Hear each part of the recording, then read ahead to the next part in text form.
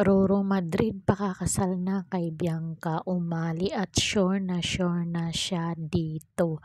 Karen Mix TV Showbiz Update. Disclaimer, ang mga larawang ito ay hindi pag-aari ng uploader. Ito ay kinukuha upang sa karagdagang impormasyon. Credit to the owner. Sure na ang kapuso action drama prince na si Roro Madrid na ang pakakasalan niya in the future ay si Bianca Umali. Nakachikahan namin at ng ilan pang miyembro ng entertainment press sa 20th anniversary celebration ni na Gladys Reyes at Christopher Rojas at sa 18th birthday ng anak nilang si Christopher last Saturday, January 27.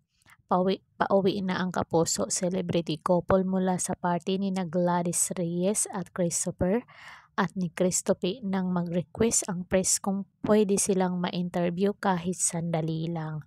Nagtanong ang kapuso actress kung ano-ano ang mga nabago sa kanya nang dumating sa buhay niya si Roro.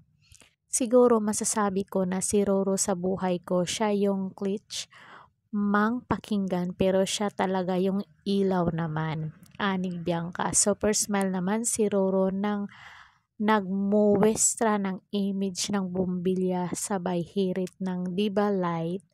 Patuloy ni Bianca, all of life kasi. I've always felt alone and I'm sure a lot of people know that na dahil sa sobrang pagka-independent I was also very distant from my family, from everyone. Hindi ako ganon makasalamuha. But ever since Roro came into my life, unang-una na-achieve ko na maibigay ko sarili ko yung faith ko. Pangalawa, nailipat niya ulit ako sa pamilya ko. At pangatlo, malaki yung naging self-improvement ko. Mas natuto akong magmahal at tinuruan niya akong okay lang buksan ang sarili sa mga tao dahil normal lang ang masaktan at hindi ako dapat matakot lahad ng dalaga. Say naman ni Roro, takot kasi siyang dating magtiwala pero sabi ko sa kanya wala siyang dapat ikatakot kasi gano'n naman talaga ang buhay. Kailangan mong sumugal kahit na kanino. Paano naman ilalarawan ni Roro si Bianca bilang partner? Si Bianca ang buhay ko, ha.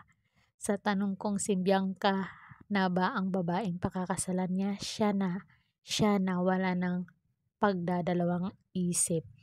It's my final answer, always and forever. Yun ang sagot ko, ha. Hirit pa ni Roro.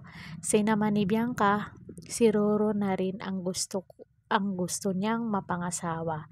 Tumango agad ang dalaga sabay dialog ng hindi niya po ako kailangang tanungin, just wait for the date. Hirit ulit ni Roro, syempre kapag nagmahal, you're hoping na talagang siya na. Hindi naman natin alam kung ano yung mga mangyayari sa future but katulad ng sinabi niya kanina, pipilitin naming piliin ang isa't isa sa araw-araw. So, anong masasabi nyo dito sa super in love na si Roro Madrid kay Bianca Umali? Isulat nyo sa baba ang inyong mga naging pahayag para mabasa natin. Karen Mix TV, don't forget to like, share, comment, and subscribe. Until next time, God bless us all.